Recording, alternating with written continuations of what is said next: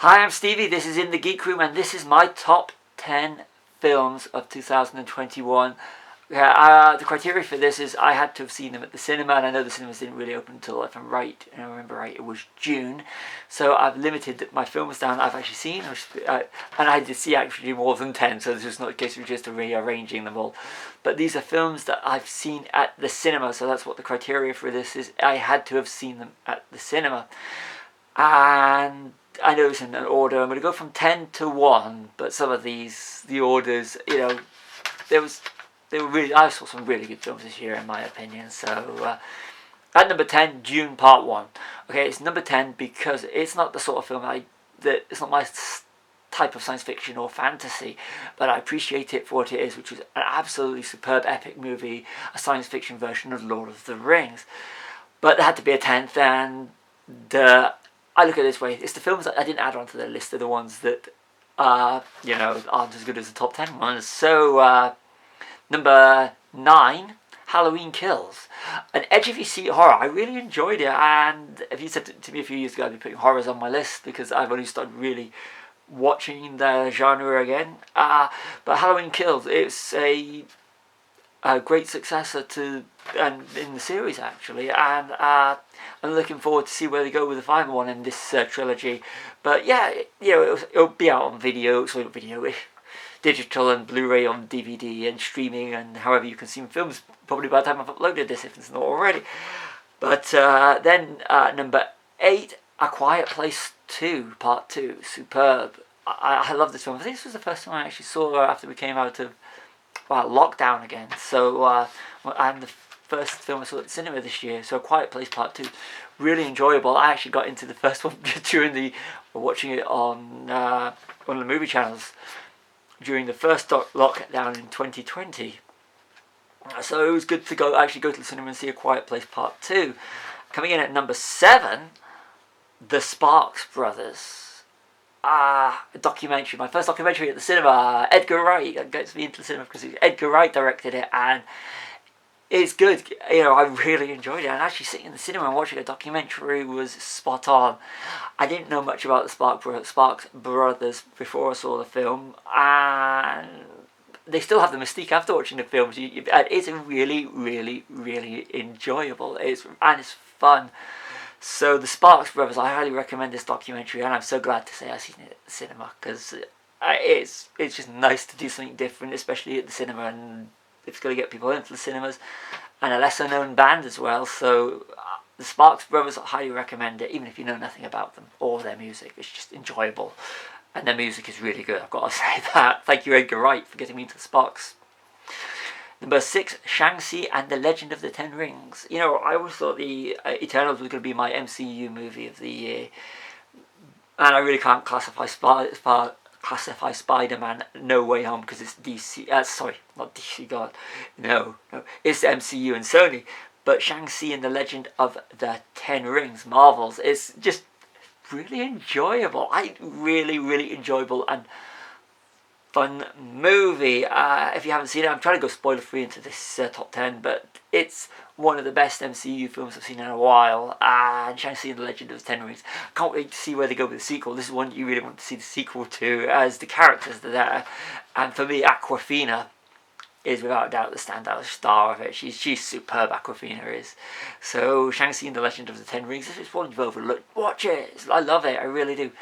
Coming in at number 5, The Kingsman, one of the last one I saw at the cinema of the year, and it's one that I've been waiting for. I had high hopes for it, and it's better than I hoped for.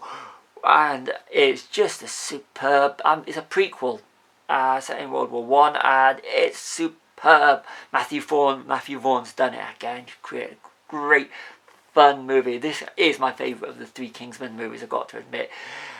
From what I can make out, it's underperforming, but they should have just held it for a while, brought it out, and given it in a time when there's hardly anything at the cinema. The Kingsman is a great film, and if you can still see it at the cinema, if it's still showing by the time I upload this, then watch it. The Kingsman's superb, absolutely loved it.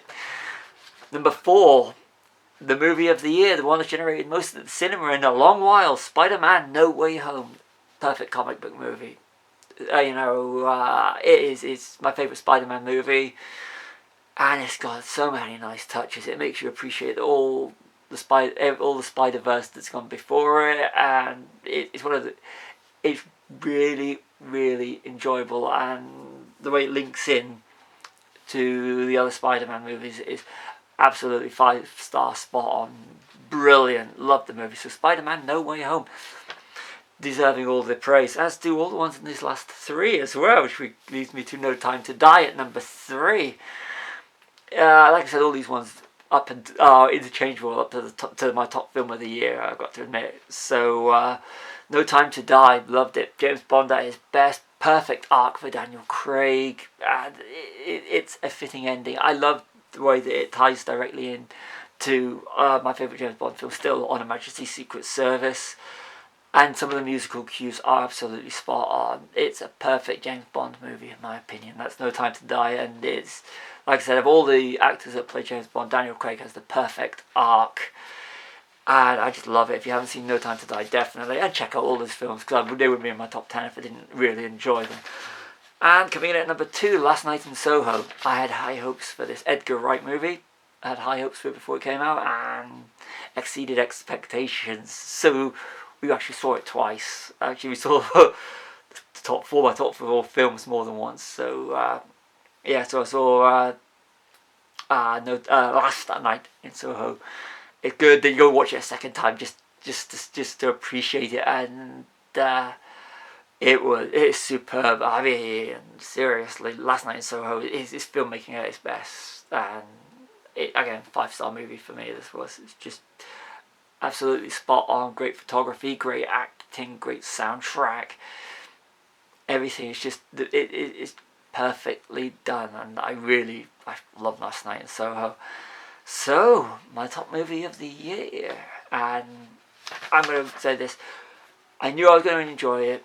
I had high expectations going into this, and just over time it just built up and up, and it wasn't the movie. Ultimately, it wasn't the movie I was expecting it to be, but it was better. So what am I talking about? I'm talking about Ghostbusters Afterlife. Perfect movie. I laughed, I cried, and I saw an interview with Dan Aykroyd saying that you want to watch the film and go straight out of the cinema and watch it again. And with Ghostbusters Afterlife, yeah, truly the case. I got out of the cinema and had to go and see it again, and then see it a third time, because I really love this movie. It's got such an incredible heart and a perfect third act. So monetarily, it should have been up there with Spider-Man, in my opinion, as for what it's taken for box office receipts. I just think Ghostbusters Afterlife, for me, it's a perfect movie, and it's got such an incredible heart, and that's what the appeal was to me. So, like I said, so that's been my roundup of films that I've seen at the cinema in 2021. I'm looking forward to see what to 2022. Got some good things coming, so looking forward to that. So keep watching, and as always, I'm going to be trying to do reviews straight out of the cinema. If you click on the channel, have a look below, you'll see a load of my straight honest reviews as soon as I come out of the cinema. I do those. So I've been Stevie. This has been my films of 2021. I'll see you all soon.